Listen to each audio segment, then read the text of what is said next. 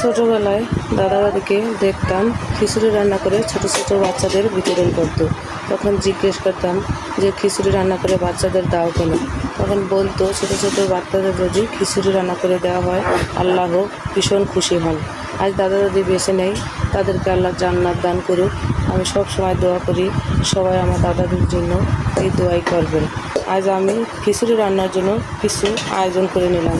কিছু চাল ডাল মশলা একসাথে নিয়ে নিছি। এখানে কিছু মশলা আমি ব্লেন্ড করে নিয়েছি আর কিছু মশলা আমি রেখে দিছি আস্তে দেওয়ার জন্য। চাল ডাল ধুয়ে এবার রান্নার কাজে চলে যাব।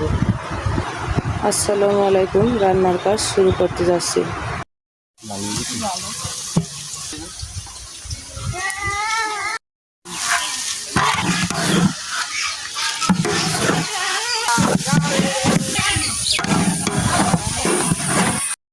জীবননগর গভর পাড়া শোনা বাবা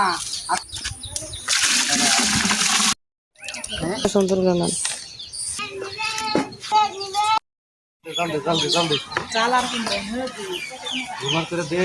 ঘুরতে আছে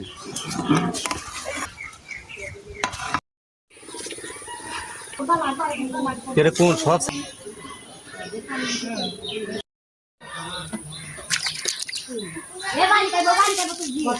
খিচুড়ি খেতাম।